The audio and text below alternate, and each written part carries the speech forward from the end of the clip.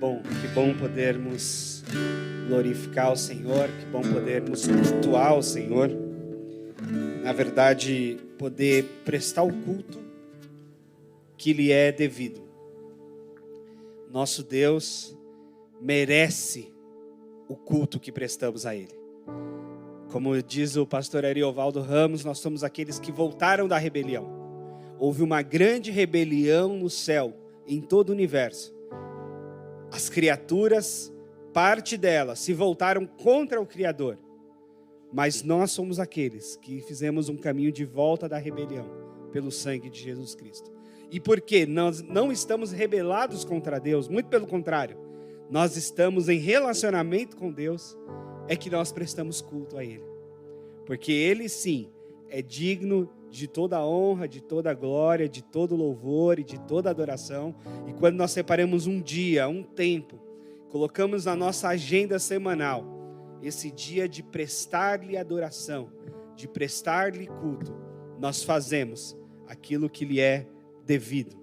E eu quero te convidar para esse 5º episódio da nossa série, o Evangelho do Reino. E você sabe que o Evangelho do Reino é a principal mensagem de Jesus. E essa principal mensagem de Jesus está colocada naquilo que é chamado Sermão do Monte, que alguém já disse que é um monte de sermões. Mas é esse trecho em Mateus 5, 6 e 7. É o bloco mais conciso e profundo do ensino de Jesus. É um grande resumo da mensagem do Evangelho, esses 2 capítulos. E eu quero te convidar a um texto profundamente conhecido, que é um texto sobre a oração. A chamada oração do Pai Nosso. Tantas vezes a gente leu, tantas vezes a gente repetiu, talvez tantas vezes a gente ensinou. Eu mesmo, desde da minha primeira infância, mesmo não sendo frequente à igreja com os meus pais, minha mãe cedo me ensinou a oração do Pai Nosso. E que nós orávamos todos os dias antes de dormir. Então eu quero ler com você Mateus 6, versículos de 9 a 15, exatamente a oração do Pai Nosso. Lembre você está vendo a nossa mesa posta, né? Então lembre-se de preparar o seu pão, o seu suco ou outro elemento que possa ser simbolicamente o memorial da ceia do Senhor que teremos daqui a pouco. Não se esqueça disso. Olha só o que diz o texto. Jesus diz: vocês devem orar assim: Pai nosso que estás nos céus, santificado seja o teu nome. Venha o teu reino, seja feita a tua vontade, assim na terra como no céu. Dá-nos o nosso pão de cada dia hoje. Perdoa as nossas dívidas, assim como nós perdoamos os nossos devedores. E não nos deixe cair em tentação, mas livra-nos do mal, porque teu é o reino, o poder e a glória para sempre. Amém. Vamos orar de novo? Deus amado, dá-nos a revelação da tua palavra, que só pode vir a nós por meio do teu Santo Espírito, Senhor. Em nome de Jesus. Amém. É possível que a gente se aproxime da Escritura e do Evangelho procurando receitas do que fazer e do que não fazer. Aliás, a prática religiosa é cheia de receitas. E às vezes a nossa vida fica mais fácil com receita, né? Para você que cozinha como eu, quando a gente tem uma receita para nos guiar, as coisas ficam mais fáceis. É só a gente seguir passo a passo conforme está escrito. Mas é verdade também que você já deve ter se deparado com a vida, com a sua própria vida, e ver que a vida é mais complexa do que seguir uma receita. Que as intempéries do dia a dia e as coisas que a gente enfrenta, cada um em seu contexto, cada um com sua personalidade, cada um com sua família, cada um com a sua profissão, cada um com o seu modo de viver. E a gente acaba se dando conta que a gente não tem exatamente uma receita. E mesmo quando vamos para a Escritura, podemos perceber que a Escritura também assim não tem receitas prontas. Alguns dizem que a palavra de Deus é o manual do Criador. eu não sei se eu concordo muito com isso, porque essa ideia do manual dá uma ideia de que se você montar as peças direitinho, vai funcionar. Mas a vida é muito complexa, às vezes mesmo montando as peças direitinho, nem tudo funciona como deveria. Então eu gosto mais de pensar na Bíblia como um grande gabarito. Um gabarito que a gente tensiona entre a nossa vida, as respostas que nós damos à vida e as respostas que Deus nos dá na Escritura. E a gente vai batendo uma coisa com a outra. Aquilo que a Escritura traz, aquilo que vivemos, e vamos comparando e, óbvio, nos submetendo àquilo que a Escritura vai se revelando para nós. E Deus vai mostrando para nós ao longo da vida e da Escritura, porque Deus fala conosco não só na Escritura, mas Deus fala conosco manifestando a sua glória na natureza, Deus fala conosco na comunidade de irmãos, Deus fala conosco quando Ele usa outras pessoas na nossa vida, Deus fala conosco de tantas outras formas.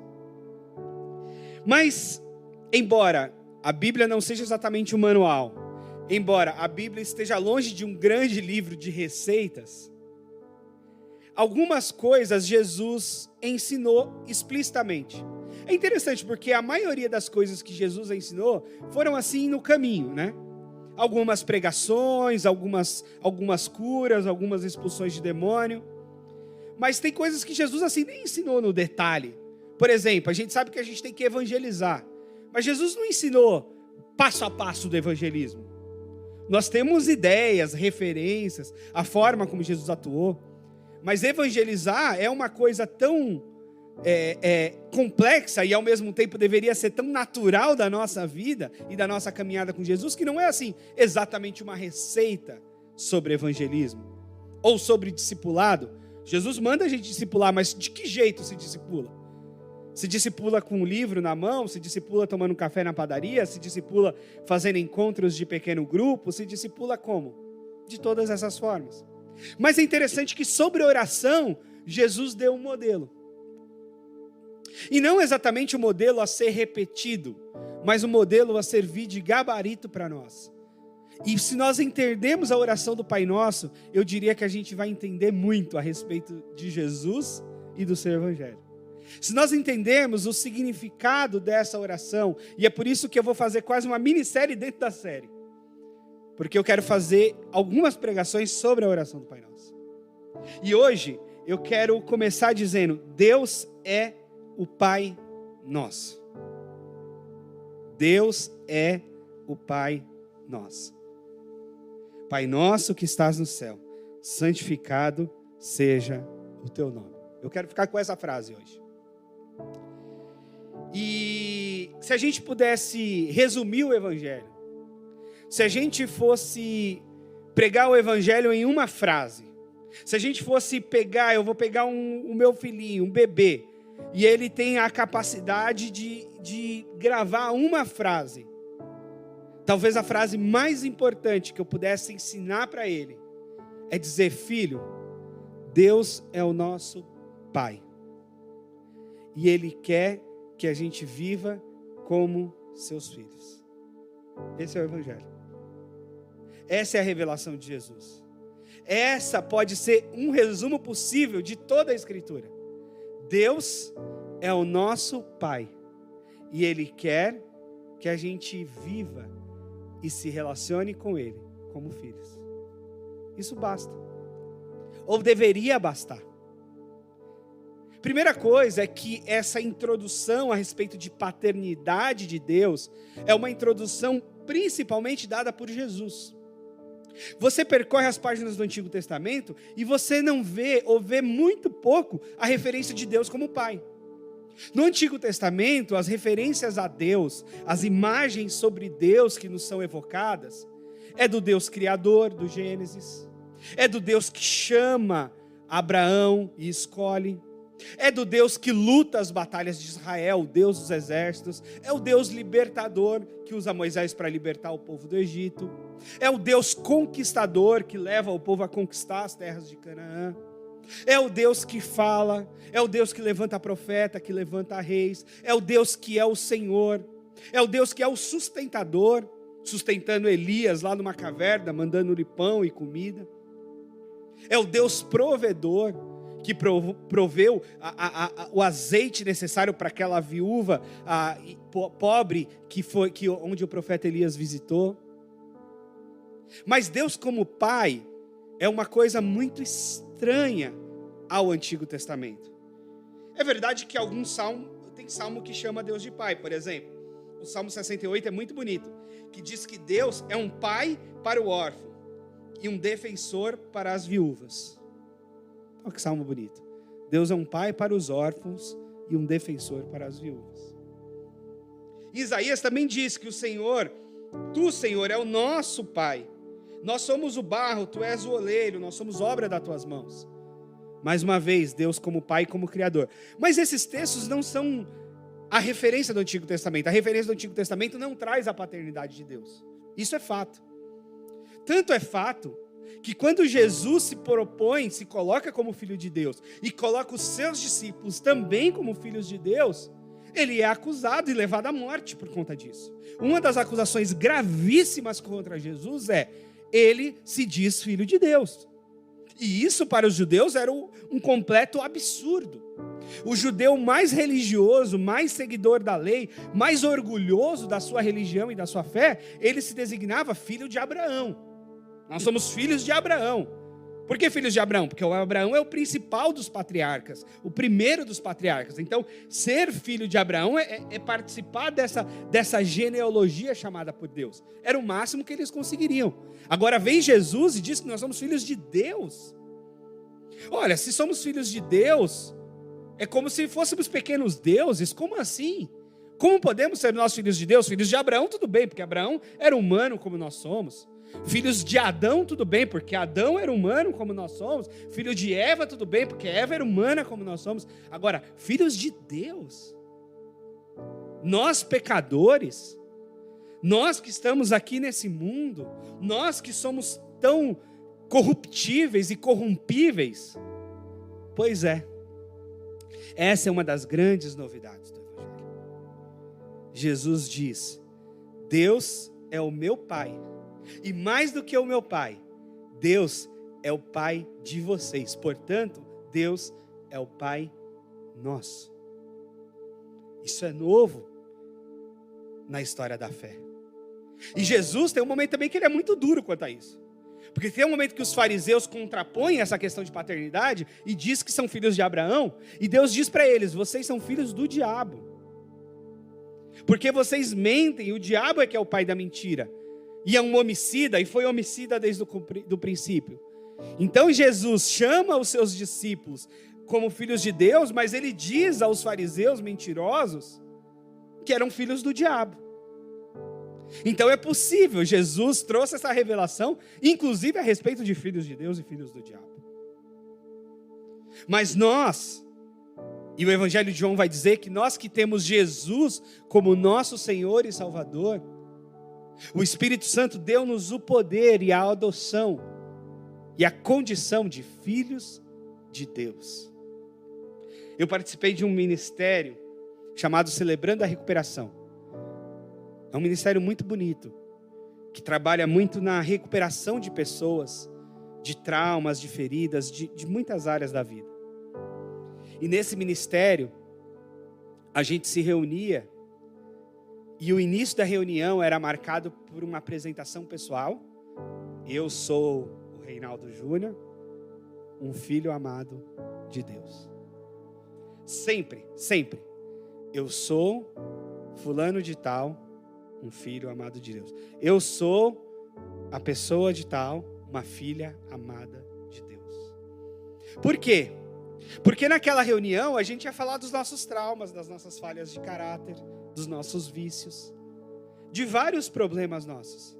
E se a gente não tiver a noção de que nós somos, em primeiro lugar, filhos amados de Deus, a gente ia se desesperar. Porque a gente é ali para tratar as nossas mazelas. Então é desesperador tratar das nossas mazelas se a gente não souber quem é o nosso Pai e como somos recebidos diante desse Pai. E por isso começamos. Nós somos os filhos amados de Deus com o nome tal. E sim, estou me recuperando de tal coisa, tal coisa, tal coisa. Bom, Mas seguindo aqui pelo caminho da paternidade de Deus e essa grande novidade do Evangelho, nós nos deparamos com um outro problema. Que paternidade, ou pai, é uma daquelas palavras que tem uma força muito grande em si. Sabe que eu não acredito assim no poder da palavra como algo mágico e miraculoso. Tem gente que acredita. Nossas palavras têm poder, não fala isso. Não, eu acho que as palavras têm poder sim. Mas não porque palavras são mágicas e miraculosas em si. Não. Mas porque palavras, e algumas palavras, elas carregam uma força conceitual que provoca sentimentos, que traz à tona memórias e que provoca os nossos afetos. E pai, mãe, filho, marido, esposa, casamento, são palavras que têm uma força em si. E essa força evoca a nós sentimentos e às vezes traumas. Por exemplo, se você não teve pai, ou se você teve um mau pai, e infelizmente isso é comum no nosso país, pais que abandonaram, pais que não sequer assumiram seus filhos, pais que não sustentaram, pais que foram irresponsáveis, pais que foram violentos, pais que foram entregues a vícios. Essa imagem de pai que construímos e se consolidou na nossa história, na nossa memória, fica uma coisa muito complicada. E às vezes esse trauma faz uma trava na pessoa de chamar Deus de pai. Porque a referência de pai que ela tem é péssima. Seria muito mais fácil talvez chamar Deus de mãe nesse aspecto.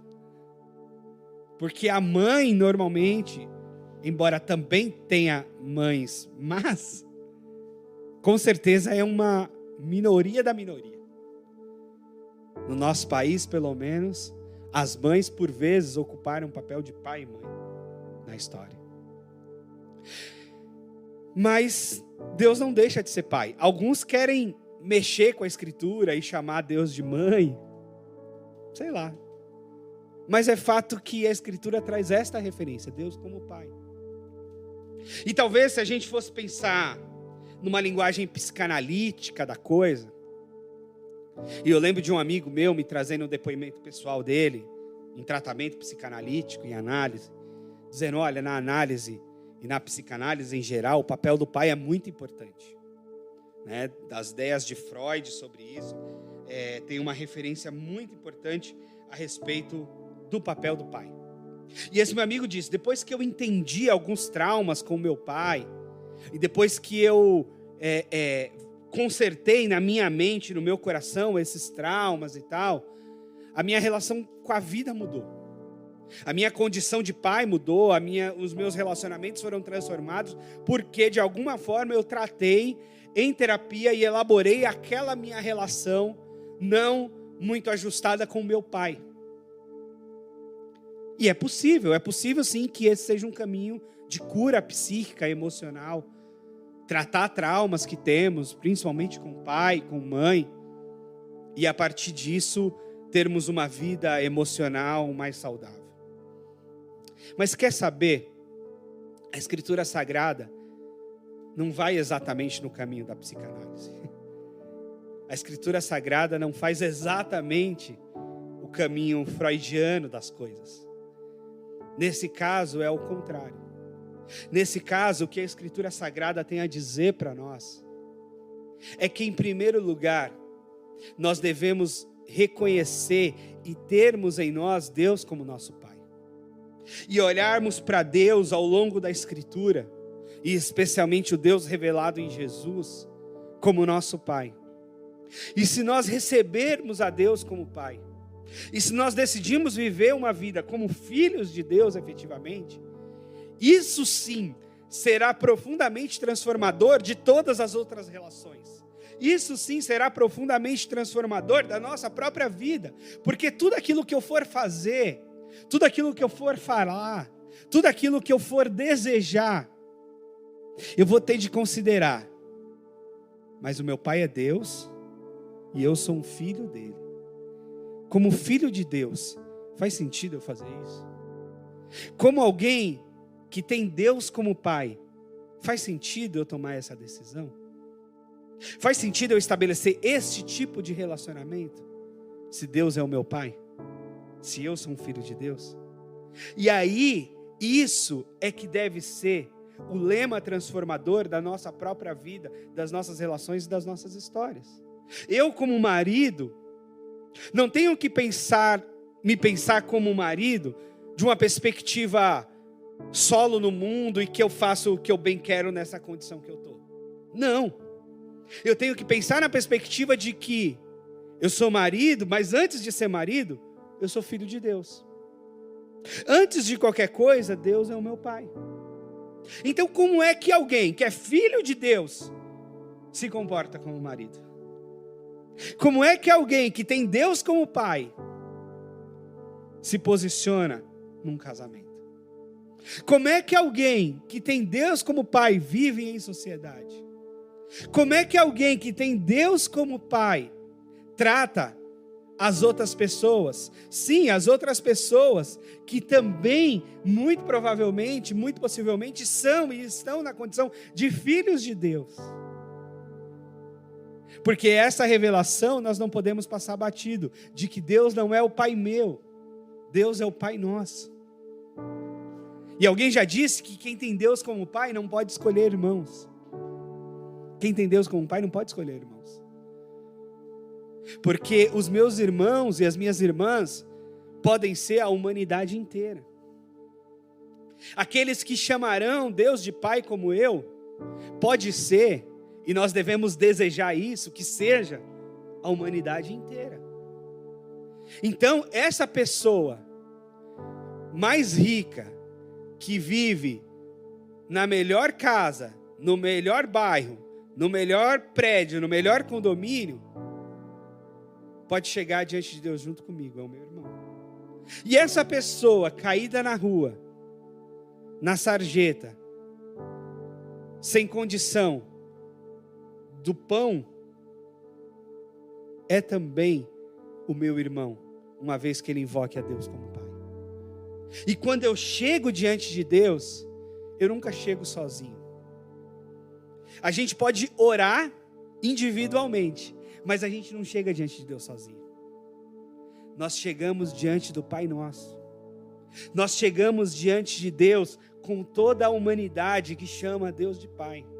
Nós chegamos diante de Deus então com toda a irmandade que temos no universo e na história, que chama Deus de Pai. Esses são os nossos irmãos e as nossas irmãs. É com eles que a gente caminha. É junto a eles que nós invocamos o Pai que é de todos nós. O Pai que não é só o meu Pai. Eu fui filho único. Dizem que eu fui mimado. Eu sou terminantemente contra essa ideia. Minha mãe era muito dura, firme, brava até hoje. E às vezes a dificuldade, a gente está com um filho único em casa agora, né? E a gente está na discussão se vai continuar único ou não. Aguarde cenas dos próximos capítulos. E aí uma questão do filho único é a solidão do filho único. O filho único ficar muito mimado realmente. O filho único não saber dividir as coisas, não saber compartilhar, né? Não ter irmãos para quem ter essa troca e tal. E por aí vai.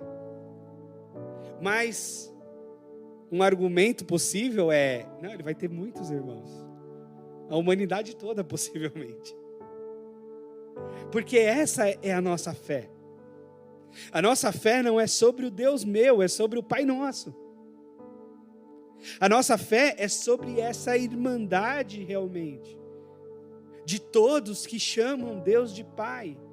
E é por isso que o nosso posicionamento na vida, a nossa vida em sociedade, a nossa vida em família, a nossa vida no mundo, a nossa caminhada pelo mundo, deve ser como filhos amados de Deus.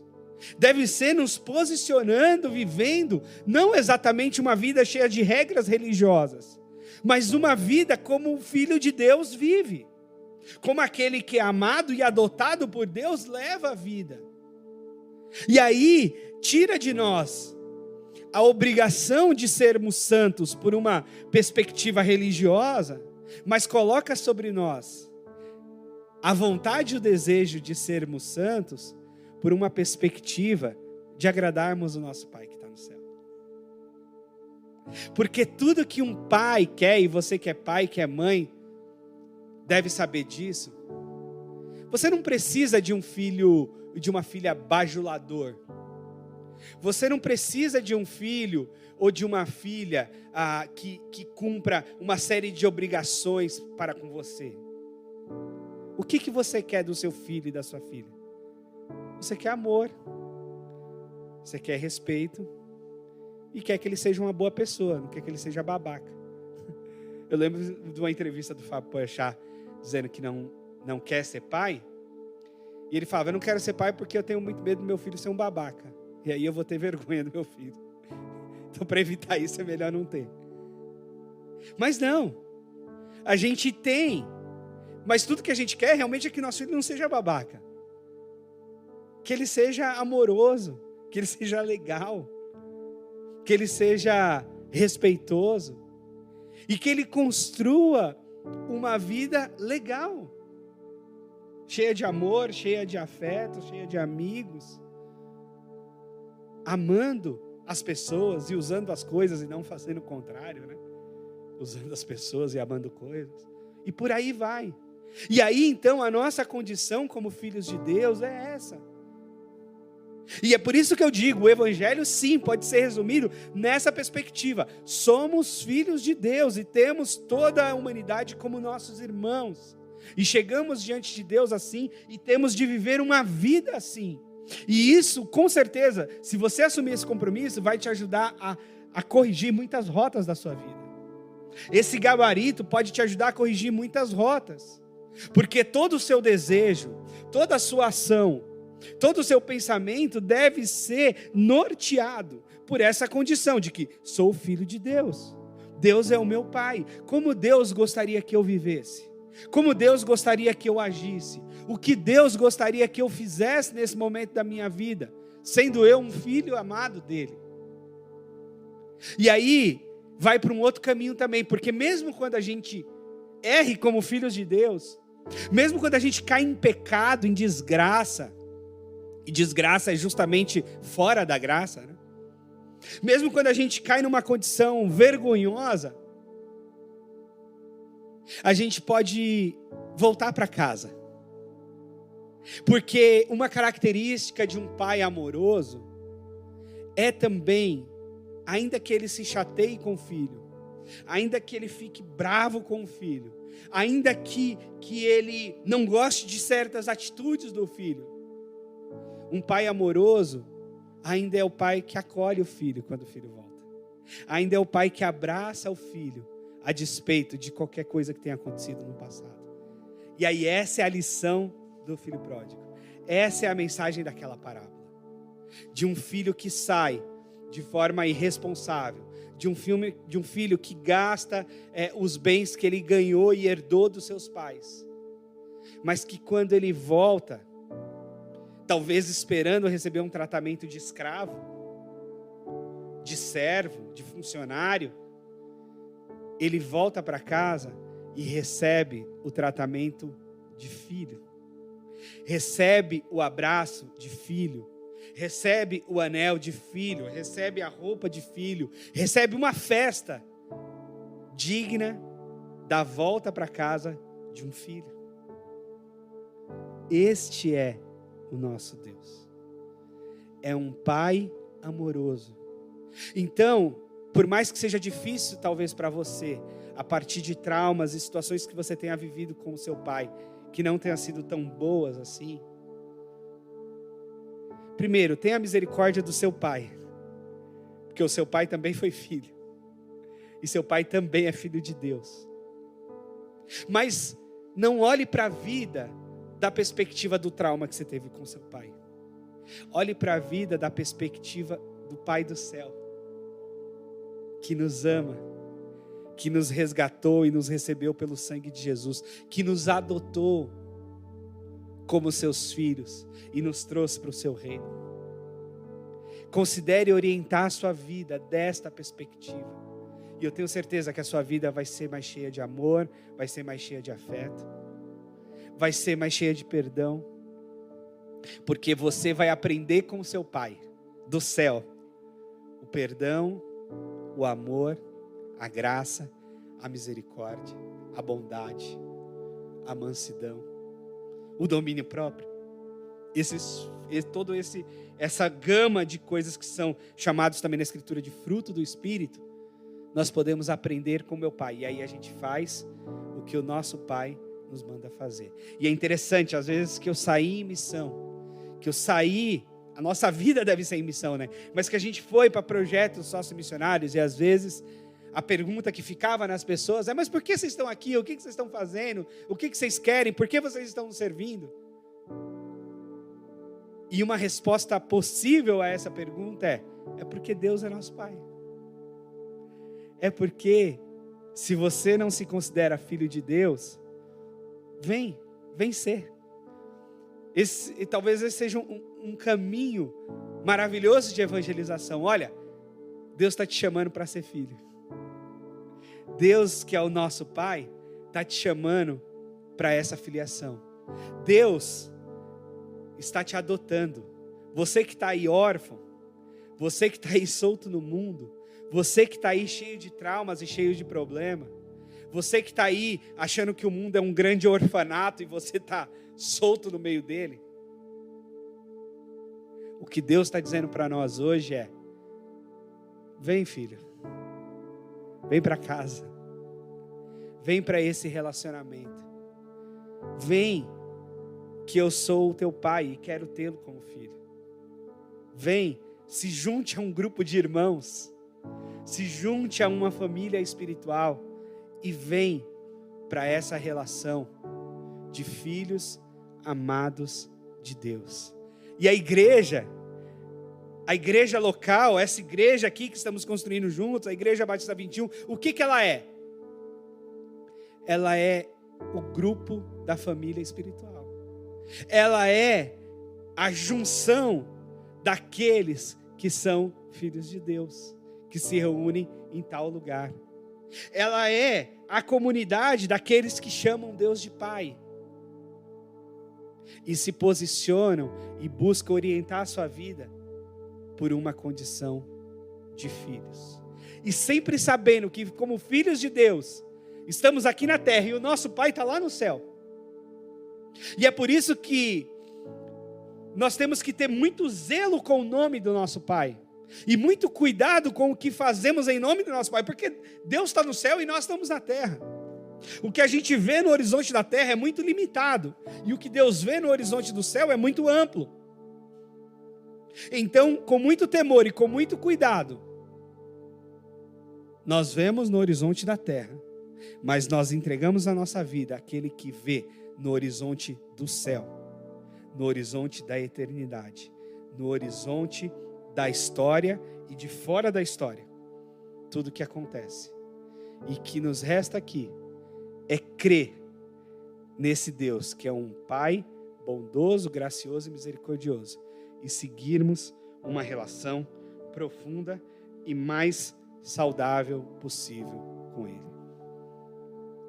Então eu termino essa mensagem lembrando a você que perdeu seu pai de sangue, como eu já perdi, por exemplo. Que teve problemas com seu pai, como eu também tive com o meu. Mas te dizendo, olha, isso não nos define.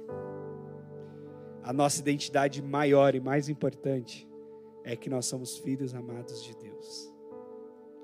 E é por isso que a gente se chama de irmãos e de irmã. Então vamos junto para essa vida de filhos. E encontre aqui, nessa comunidade, uma oportunidade de uma vida com irmãos. Vem caminhar com a gente, vem viver com a gente, como irmãos. E juntos, a gente aprender a copiar, a espelhar o nosso Pai, que está lá no céu, que é o nosso Senhor, que é o nosso Salvador. Vamos orar?